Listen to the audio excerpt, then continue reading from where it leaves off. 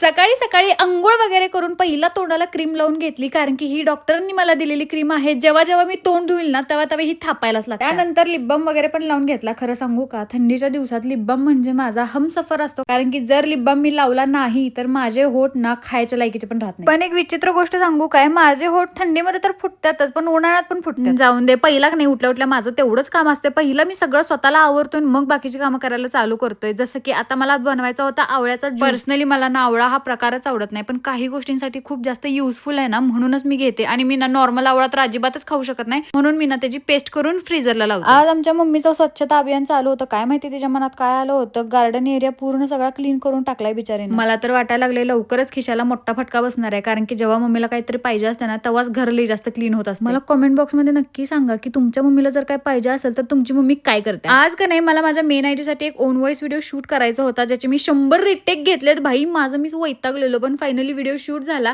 आणि जेव्हा मी खूप जास्त सुंदर दिसत असतो की नाही, त्यावेळेस एवढा पसारा केलेला असतो. हा एकाच बेडरूमचा तुम्हाला पसारा दाखवलाय. दुसऱ्या बेडरूमचा जर तुम्ही पसारा बघितला ना, डोक्याला हात लावचाला. आणि मला असं वाटतंय, मीच नाही, जेवढ्या मुली तयार होत्यात का नाही, त्यांचा सगळ्यांचा असंच पसारा पडत असतो. ते काय का असं ना, मला कॉमेंट मध्ये हे नक्की सांगा की माझा लुक कसा वाटायला लागलाय. आणि जर तुम्हाला पूर्ण लुक आणि व्हिडिओ बघायचा असेल ना, तर माझ्या मेन अकाउंटवरती मी ऑलरेडी अपलोड केलाय, नक्की एकदा बघा.